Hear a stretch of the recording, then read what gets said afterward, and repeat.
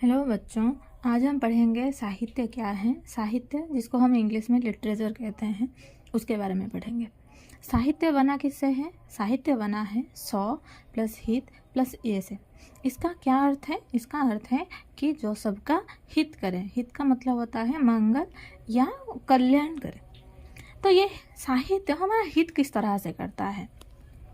साहित्य जैसे कि किसी भी लिखित, दृश्य या मौखिक कृति को कहते हैं जो मानव संस्कृति और अनुभवों को व्यक्त करती है। इसका सरल अर्थ क्या है?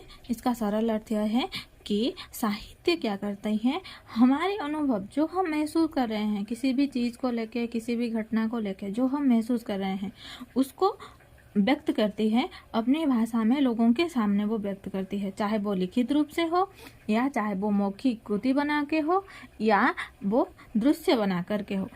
तो ये क्या है? ये हमारे लिए एक मनोरंजन का माध्यम नहीं है। ये ऐसा नहीं है कि लोग इसे देखकर अपना मन खुश कर ले, बल्कि यह हमें हमारी समाज, संस्कृति और इतिहास के बारे में जागरूकता फैलाती है कि हमारी संस्कृति कितनी सुदृढ़ थी, हमारा इतिहास कितना बड़ा था। ऐसे ही हमें आगे जाकर इस तरह से हम धीरे धीरे अपनी संस्कृति और इतिहास को दोहराते हुए एक अच्छा समाज गढ़ पाए, ये कल्याण रखती है साहित्य।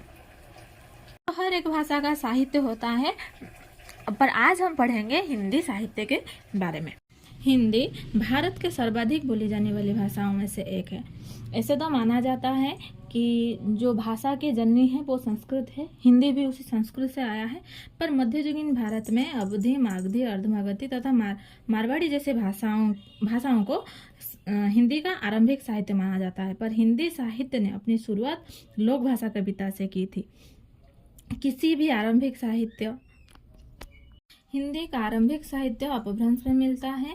हिंदी 3 प्रकार की साहित्य देखने को मिलती है हिंदी में, जैसे गद्य साहित्य, पद्य साहित्य और चंपू साहित्य। इसके अलावा हिंदी साहित्य में बहुत सारे बोलियां देखने को मिलती हैं, जैसे कि अवधी, ब्रज भाषा, मैथिली, राजस्थानी, खड़ी बोली आदि। धन्यवाद।